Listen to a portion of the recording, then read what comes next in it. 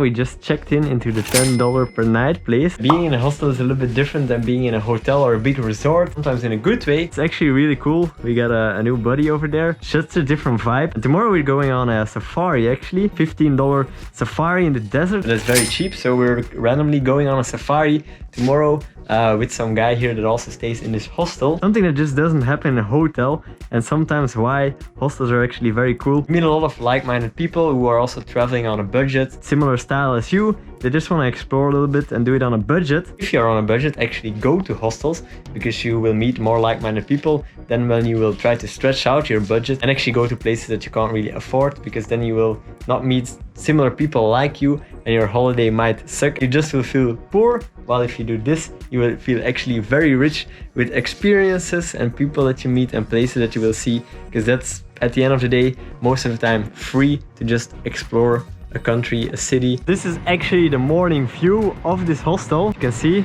we are at the 14th floor.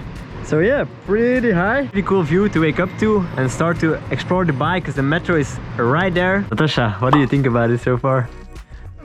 It's an interesting experience.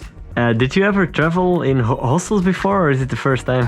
Yes, I traveled. It was in Ukraine, in different cities like Lviv, Carpathian Mountains. There's actually a guy sleeping right now. I think I hear some snoring, so I'm gonna shut up. Yeah, I'm gonna shut up so I don't wake the guy up.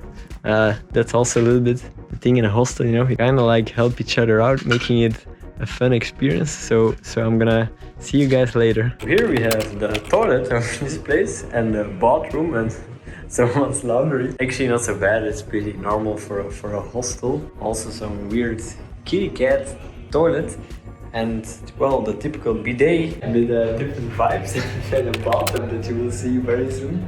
But not too bad actually, not too bad. I'm gonna be at the top, Natasha is here at the bottom, but probably we'll just end up together at the top.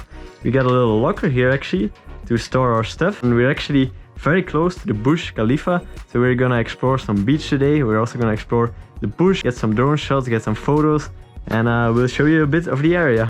We're gonna get at how the some mattress falls here. I don't know if somebody was sleeping here. That's of course really the hostel, I can say. So yeah, let's check in with you guys later when we are at the safari.